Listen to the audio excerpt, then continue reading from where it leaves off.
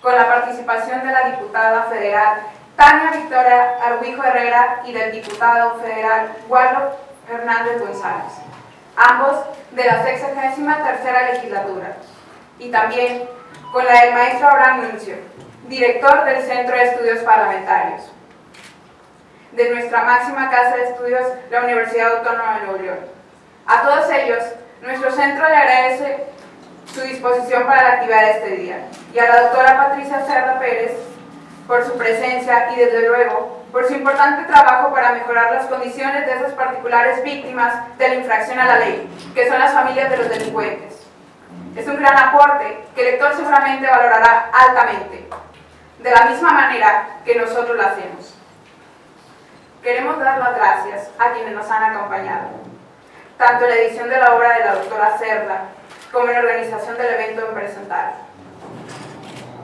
Gracias en todo lo que vale al despacho Fernández Formón Rivera, a la Organización Promoción de Paz y al Instituto de Estudios sobre la Violencia.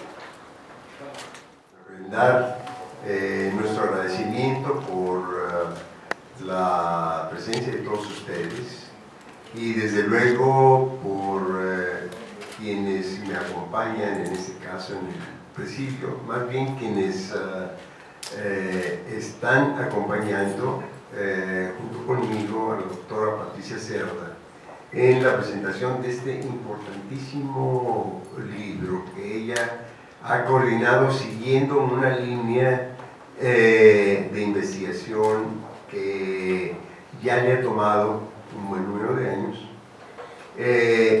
y que nos hace francamente reflexionar acerca del sector más vulnerable de una sociedad, de ese sector que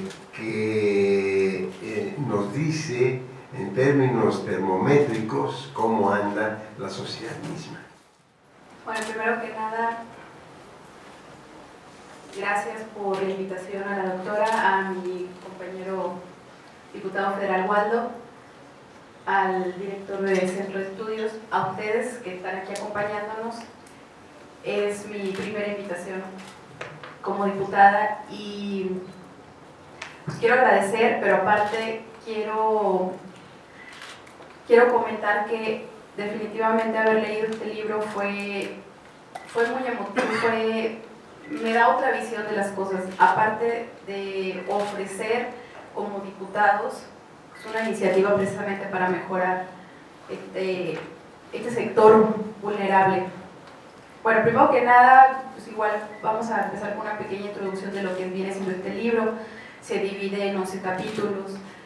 El objetivo es mostrarnos cómo este sector está siendo pues relegado, ¿no? Precisamente por el hecho de escuchar la palabra preso o presa, penitenciaría. Entonces, trata en sí de cómo realmente es la vida de aquellas personas que están presas y cómo le afecta al entorno familiar, cómo el sistema penitenciario que tenemos en México y sobre todo aquí en Nuevo León no ha sido como el idóneo precisamente para dar como esa oportunidad a las familias, ¿no? Sobre todo, que son las más afectadas. Viene por capítulos.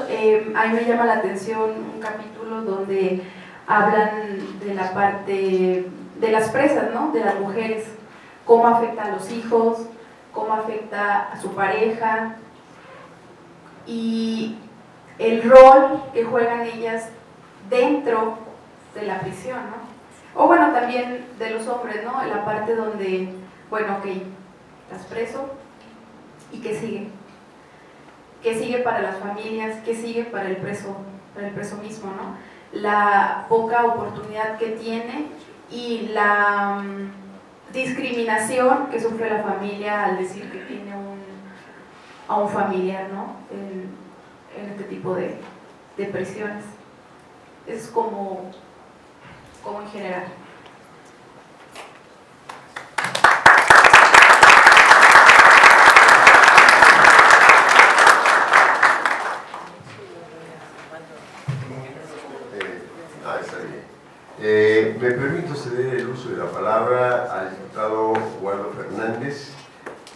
precisamente hace una muy puntual introducción a este volumen, que lleva por título precisamente Vulnerabilidad y Silencio.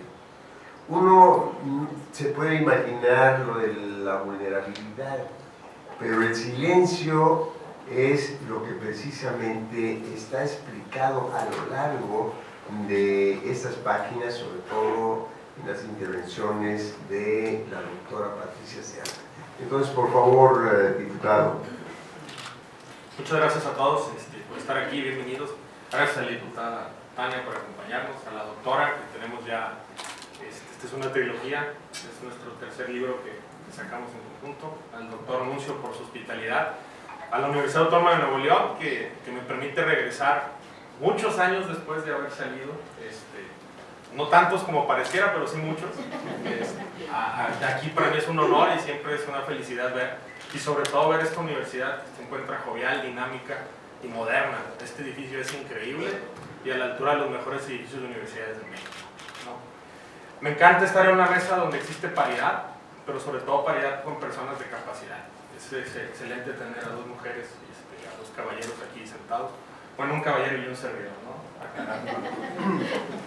Este libro, en particular Vulnerabilidad y Silencio, nos ha permitido explorar lo que pasa con las familias de los presos, de los reclusos, de las personas que están privadas de su libertad por alguna sentencia judicial. Me permití tomar un caso anecdótico y platicarles un poco esta historia para que entiendan lo que quiere decir este libro, porque debo de reconocer que cuando lo leí generó en mí algunas emociones que no tenía yo conceptualizadas. Voy a hablar en tercera persona. Mi nombre es María, tengo 19 años y trabajo en un centro nocturno para adultos. Soy la mayor de una familia de 5. Tengo un hermano de 17 años, quien está involucrado en el crimen organizado. Un hermano menor de 14 años, quien sueña con ser futbolista, pero es probable que siga los pasos de su hermano mayor. Y una madre que falleció de cáncer. Mi padre actualmente está recluido en el penal de Topo Chico. Cuando tenía 15 años, quedé inscrita en la preparatoria y, pese a que nuestra familia batallaba para el día a día sacar los gastos de casa, era una familia relativamente normal. En el 2012, a mi padre lo acusan de homicidio e ingresa al penal. Los datos y la historia del homicidio del señor son irrelevantes. Estamos hablando de la situación de María. A causa de la detención y el encarcelamiento de mi padre, mi vida cambió por completo. La situación económica se volvió difícil. Yo tuve que salirme de la preparatoria y comenzar a trabajar en una tintorería en el centro. En principio mi madre mencionó que esto sería temporal, ya que mi padre estaría por tan solo 5 años preso. Y con lo que ambos aportábamos sería suficiente. Cuando fuimos a visitar a mi padre nos pidió mucho dinero, ya que necesitaba pagar la cuota de protección, pues si no lo iban a matar. Necesitaba alrededor de 20,000 pesos por mes, lo cual sonaba imposible, ya que mi mamá y yo apenas alcanzamos a juntar los recursos para sacar el gasto de la casa. Poco tiempo después, a mi mamá le detectaron cáncer en los huesos, todo se complicó, la salud de mi madre se complicó y se retrasó el pago de las pensiones. Y por consecuencia perdimos nuestra casa. Nos fuimos forzados a vivir a casa de uno de los hermanos de mi padre, aunque solamente nos pudieron proporcionar un cuarto. Mi hermano, por su parte, decidió mejor irse a vivir con uno de sus amigos de la colonia. Al cabo de varios meses me enteré que había ingresado al penal, ya que fue detenido vendiendo droga con un amigo con el que vivía. En el 2013 me fui forzada a cambiar de empleo hacia uno de mayor paga. Empecé a trabajar de mesera en un bar en el centro. Ahí conocí a un señor quien me dijo que si trabajaba en un centro nocturno de un amigo suyo. Le dije que sí, y pues así es como terminé trabajando en el entretenimiento para adultos. Como era de esperarse, al enterarte de esto, mi familia se aisló de mí y me corrió. A mi hermano hace un año que no lo veo, lo mandaron a otro penal distinto al de mi padre, y a causa de esto perdimos su rastro. No sé si aún sigue con vida, a mi padre aún le restan años en su condena, mi madre falleció, el más pequeño de mis hermanos sigue en la secundaria, pero ya me ha dicho que quiere salirse y ponerse a trabajar con sus amigos. El testimonio de María es una ventana a la realidad que enfrentan la mayoría de las familias penitenciarias. Este es el caso solo de una persona que ha sufrido los impactos de tener a un familiar recluido y que nos hace las siguientes preguntas. ¿Qué hubiera pasado si María hubiera contado con becas, pensiones, asistencia social? ¿Era María realmente culpable o responsable de lo que hizo su padre? La familia entera tiene que pagar por la falla en un momento de la vida de su padre. ¿Qué clase de resentimiento social está generando todo este tipo de historias que están convergiendo a través de la República Mexicana en esta espiral de violencia que se ha venido generando en el país? Y una última pregunta para la sociedad: ¿la bondad y la generosidad solamente es responsabilidad de las autoridades? Nosotros como sociedad no estamos obligados a voltear y ver este fenómeno. El relato de María nos muestra cuál es la realidad del impacto carcelario, que no es solamente de carácter emocional, realmente viven ellos una pena extensiva a la familia por un delito causado por el padre. Hace años, la consultoría, hasta que hace poco tiempo trabajé, tomó el interés de participar en la investigación del tema del sistema penitenciario, y en colaboración con la doctora Cerda, investigadora de la Universidad Autónoma de Nuevo León, y organizaciones de la sociedad civil, nos dimos a la tarea de generar estos proyectos de trascendencia social. Vulnerabilidad y silencio es la segunda parte de un libro que el año pasado fue presentado, que se llamaba Prisión y Familia, y que hoy agradezco a los medios de comunicación aquí presentes, porque la verdad es que el año pasado casi pasó de noche, no se le dio la publicidad. Este día marca la culminación de un enorme esfuerzo colectivo, cuya finalidad es que los ciudadanos de Nuevo León, las autoridades, los miembros de la comunidad académica sepan cuál es el impacto real que sufren las familias de las personas que son recluidas cuando ellos son inocentes, de una manera similar a la de nosotros. Pero se les sataniza y se les culpabiliza de la actuación de sus padres. Este es un trabajo que analiza las condiciones de vida de las familias vinculadas a la realidad carcelaria, realidades como la que les platiqué de María. Los autores de estos artículos parten de una certeza: en materia de políticas públicas, cuando se habla de sistema penitenciario, solamente se analizan los aspectos punitivos de la justicia penal, jamás los preventivos. Se abandonan los derechos que asisten a las familias, particularmente a los niños y niñas de los hijos encarcelados. Desde enfoques distintos, cada uno de los 11 capítulos muestran los efectos que este fenómeno tiene en la vida económica, laboral, social, académica y psicológica de los familiares encarcelados. En lo personal, y evidentemente al haber hecho la introducción del libro, me parece que las investigaciones de vulnerabilidad y silencio dan evidencia del círculo vicioso y degenerativo en el que se encuentran las familias vulnerables. Dan evidencia de cómo se agravan las situaciones tales como las emergencias alimentarias, la falta de oportunidad laboral a los familiares e incluso para el recluso dentro del centro de detención, las escasas posibilidades para acceder a la educación, la victimización por críticas prejuiciosas por tener un familiar en la prisión. No hablaré mucho más del libro, porque los libros son para leerse, y este libro, créanme que lo tenemos que leer todos. Sin embargo, diré que la investigación busca generar una discusión abierta de nuevos temas. Pretende ofrecer bases a partir de las cuales surjan otros estudios y se promueve la investigación del sistema penitenciario en nuestro país. 6 años antes, 7, 8, 9 o 10, nosotros sabíamos que los policías municipales ganaban 3, 4 mil pesos al mes y que eso no es un salario digno para un policía. Hoy tenemos la oportunidad de voltear y ver lo que sucede en las cárceles y exigirle a nuestras autoridades, primero que nada, orden. Tiene que haber orden en las prisiones, pero segundo, sensibilidad. No podemos seguir generando esta cadena de odio donde se victimiza a las familias de los reclusos por una simple y sencilla razón. Un paréntesis. Aplaudo a los investigadores de la Universidad Autónoma de Nuevo León por este esfuerzo. Estoy seguro que ayudará a muchas instituciones académicas en el país y que ayudará también a muchas personas que tienen la desgracia de tener a un pariente recluido. Muchas han sido las personas que de una forma u otra han contribuido a la edición de esta presente obra. Reitero mi reconocimiento a la doctora Patricia Cerda, gran amiga. Espero que sigamos trabajando en otros libros, ¿no? Y me gustaría mencionar rápidamente a algunas de las personas que participaron en el libro.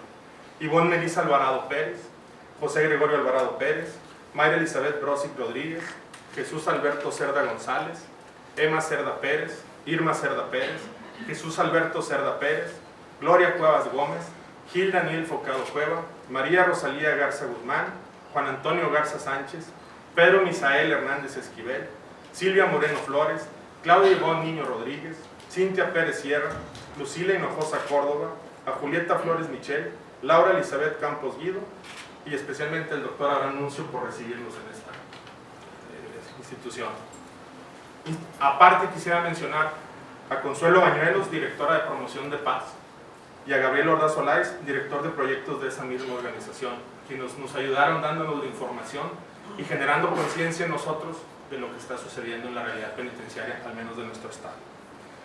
A mi alma mater, la Universidad Autónoma de Nuevo León, por mostrar disposición democrática y apertura para poder sacar este libro y este contenido. A Salvador y Guillermo, que han apoyado mucho mis anteriores socios este tipo de proyectos y que ahora que ya no estoy con ellos sé que van a seguir apoyando y participando en este tipo de estudios. Y por último, a mi esposa, que quiero que sepan que cumplo 19 años de casado, gracias por estar aquí, y que como una anécdota, en el último discurso lo olvidé y no me lo ha perdonado y por eso la puse al final para que ya me perdone, ¿no? Muchas gracias a todos, de veras les digo, lean el libro, hoy lo van a poder descargar de manera electrónica en la página web de la doctora, la de Fernández Fromo y en la de un servidor. Y lo que comentaba la diputada Tania, me sumo a esa propuesta, ya hemos venido platicando sobre una iniciativa para generar los centros de atención a familiares de reclusos, cuya intención es que estas familias, que también son víctimas de la violencia, tengan oportunidades de estudios, becas, pero sobre todo tengan seguridad social. Es muy importante que no queden en el desamparo, porque este círculo de violencia nos perjudica a todos, no solo a ellos. Muchas gracias y felicidades, doctora.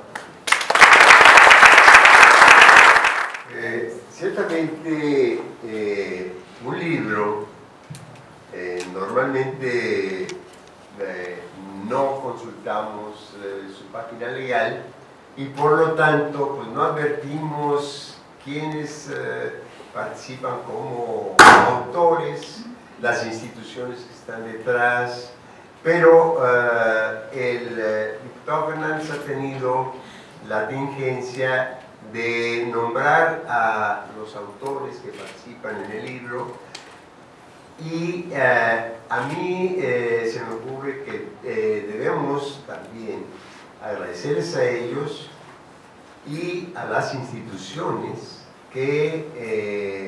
desde las cuales trabajan.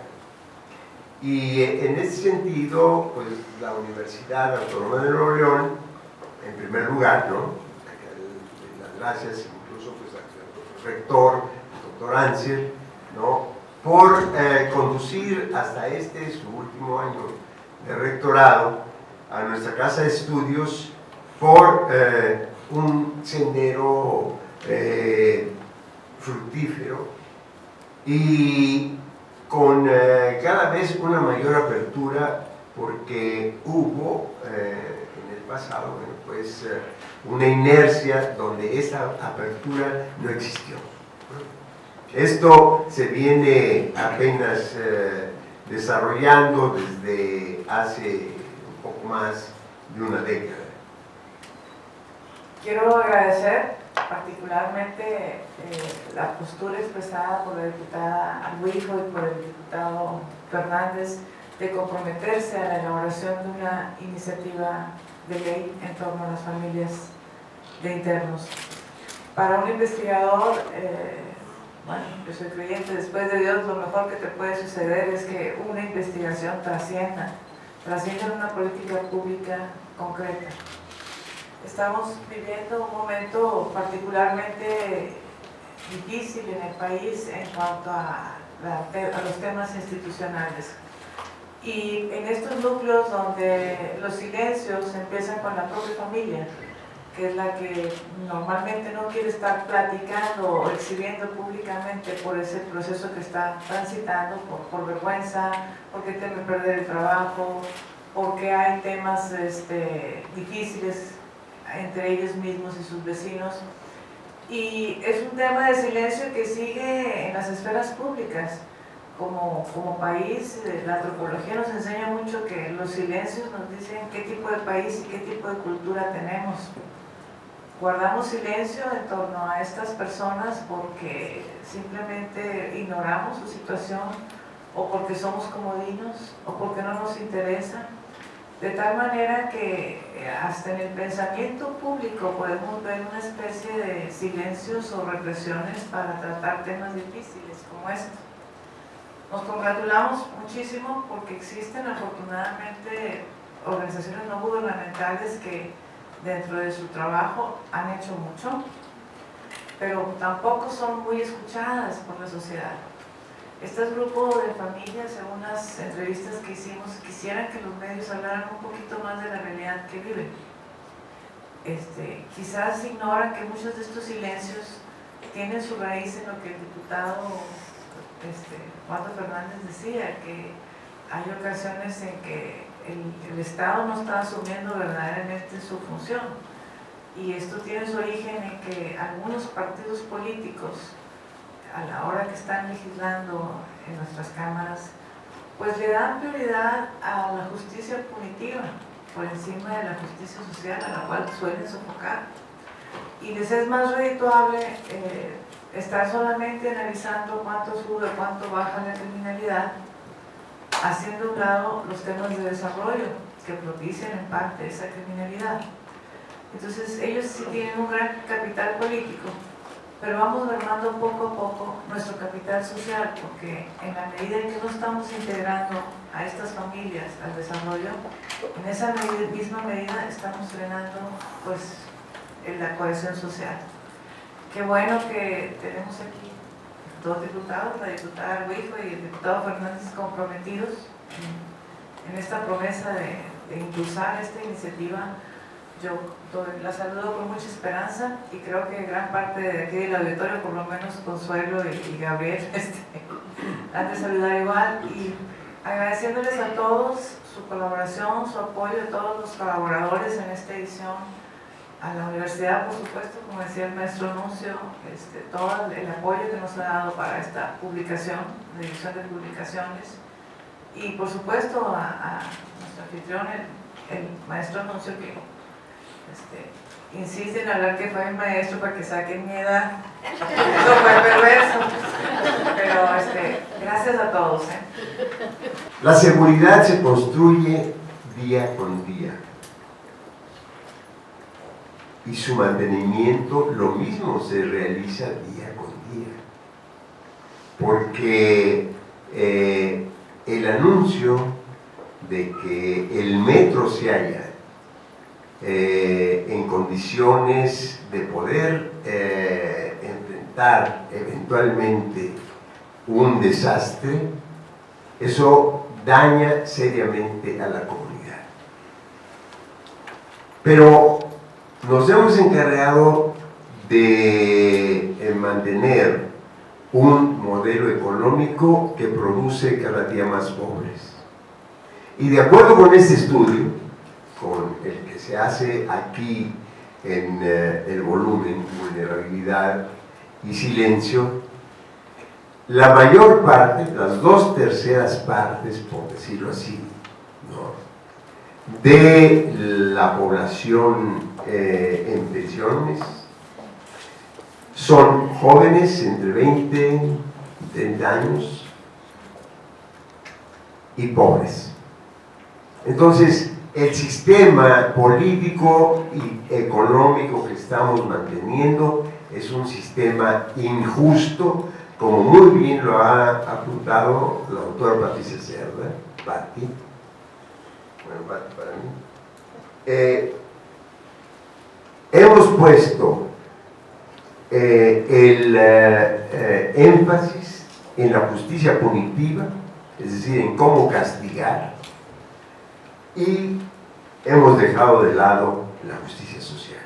Pero es la justicia social la que genera condiciones cada vez más amplias para que el crimen se desarrolle.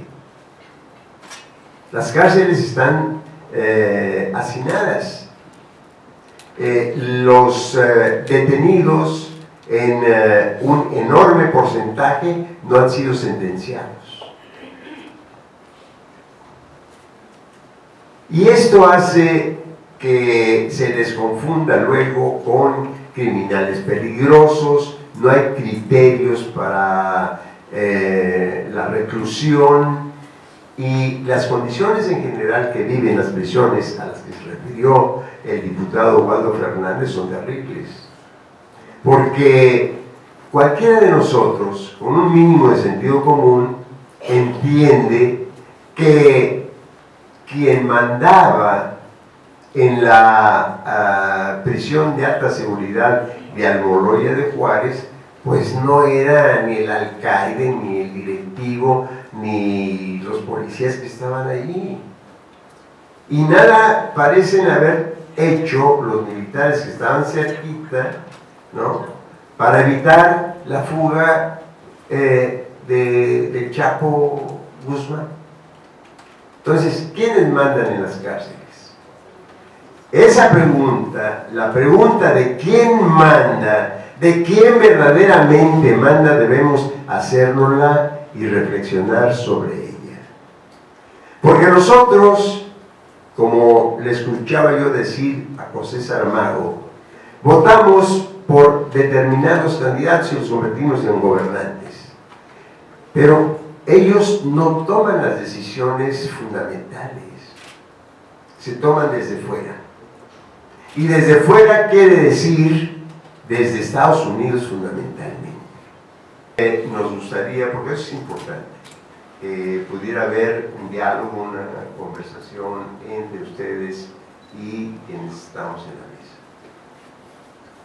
Mi pregunta es esta: si podría caber en esa iniciativa, o si ya está contemplada, yo la he visto o la siento, de que también las madres de familia que están internas, ¿verdad?, o las personas embarazadas que están internas, mi pregunta y también alguna propuesta es decir, si esos hijos o esos niños o ese producto que van a ser cometió algún delito, yo creo que no debe estar interno esa persona porque se le está violando sus derechos humanos. Entonces, si no está contemplado eso, yo quisiera saber o quisiera proponer cómo buscar alguna, discúlpenme porque no encuentro la palabra, algún centro fuera del penal que estuvieran esas personas, porque esas personas no cometieron ningún delito. Eso podría dar que muchas internas quisieran embarazarse y poder salir a esas áreas donde se encuentren, pero mi propuesta sí es decir, se ha propuesto o se va a proponer que se defienda el derecho humano del interno, del producto o de la embarazada o de los hijos que están violándose sus derechos sin cometer ningún delito. Los niños no están recluidos. El término ahí es por un tema de humanidad, incluso de crianza. Algunas legislaciones locales permiten que los niños estén con su madre, que en el caso de Nuevo León me parece que es a los 3 años, en otros estados hasta los 5, pero no es que ellos estén pagando una pena.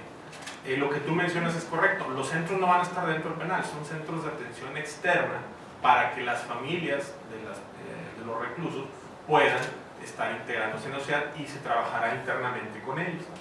En el caso de los supuestos que mencionas tú, yo obviamente no lo considero así, pero que puede hacer caso de que las mujeres se embarazaran para salir a los centros, etc.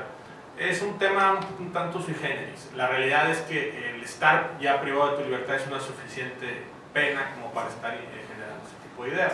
Aquí lo que se pretende, e insisto, es que desde que ingrese la persona al penal, sea hombre o mujer, esté generando su proceso de reinserción y la familia lo tiene que acompañar en ese proceso. Si la familia es víctima de discriminación o incluso tiene que dejar su empleo, su estudio, etc., no van a poder generar una reinserción adecuada. Y evidentemente, como lo manifiesta aquí la diputada, nos interesa mucho que tenga indicadores, que veamos que realmente sí funcione estos centros. Y bueno, una pregunta a la doctora Patti, ¿qué sigue? O sea, ¿qué le sigue a esta investigación? Esto, bueno, nos lleva a la iniciativa, pero ¿qué, Patti, qué has pensado con respecto de este tema?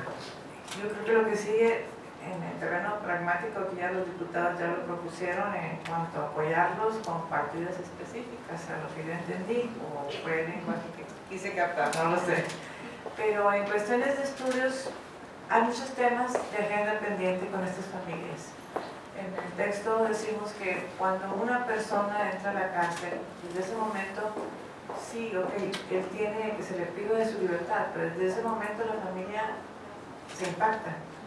Y a lo largo de este proceso, desde que si está detenido, desde si le van a dictar la sentencia o no se la dictaron, cuántos años le dieron, ya va a salir. Son etapas como que distintas que tú lo sabes, porque lo hemos aprendido también en parte de todo el trato que hemos tenido con la gente que nos ha llevado, es hacer estudios específicos para qué se necesita en las familias por etapas.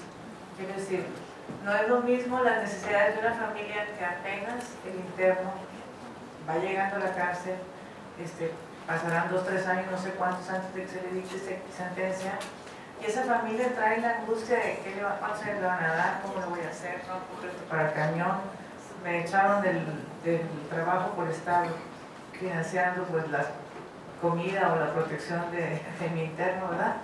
A la que ya está en medio o a la que ya se va. Y yo creo que la academia, desde la academia, debemos de tener un compromiso, como decía el maestro Anuncio. Nosotros somos una universidad pública y lo que estamos haciendo el día de hoy es parte de nuestro trabajo, no es un acto heroico. Tenemos que seguir trabajando, conociendo la realidad de estos grupos y sus necesidades.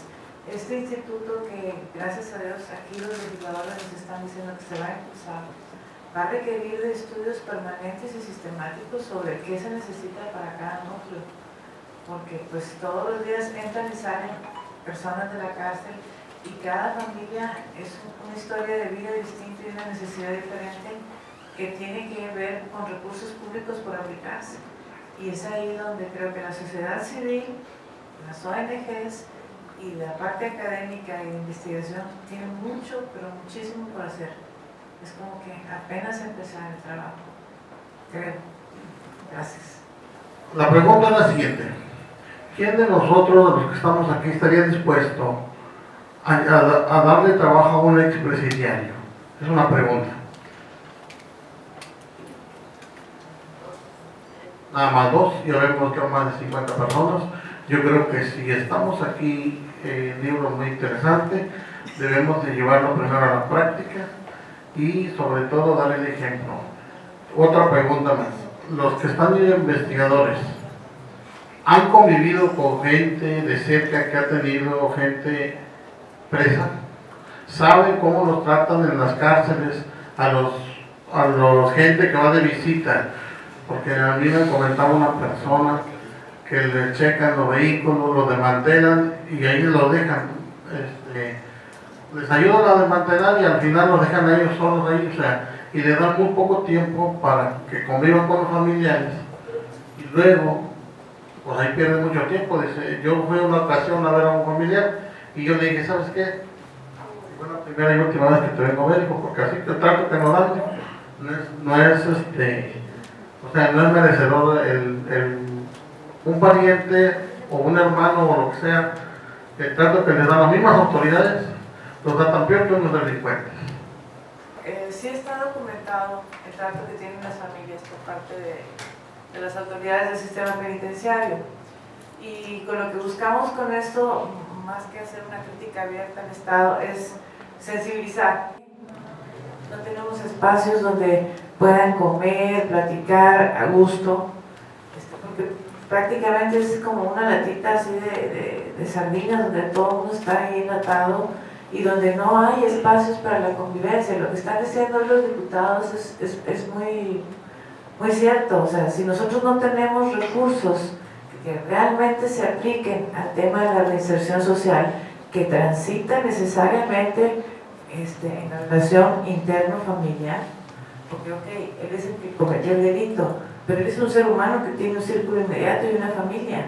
Si nosotros logramos que esta familia tenga más o menos garantizados ciertos indicadores de bienestar mínimos, seguramente esto va a agilizar y a dinamizar y a hacer más efectivo cualquier programa de reinserción social.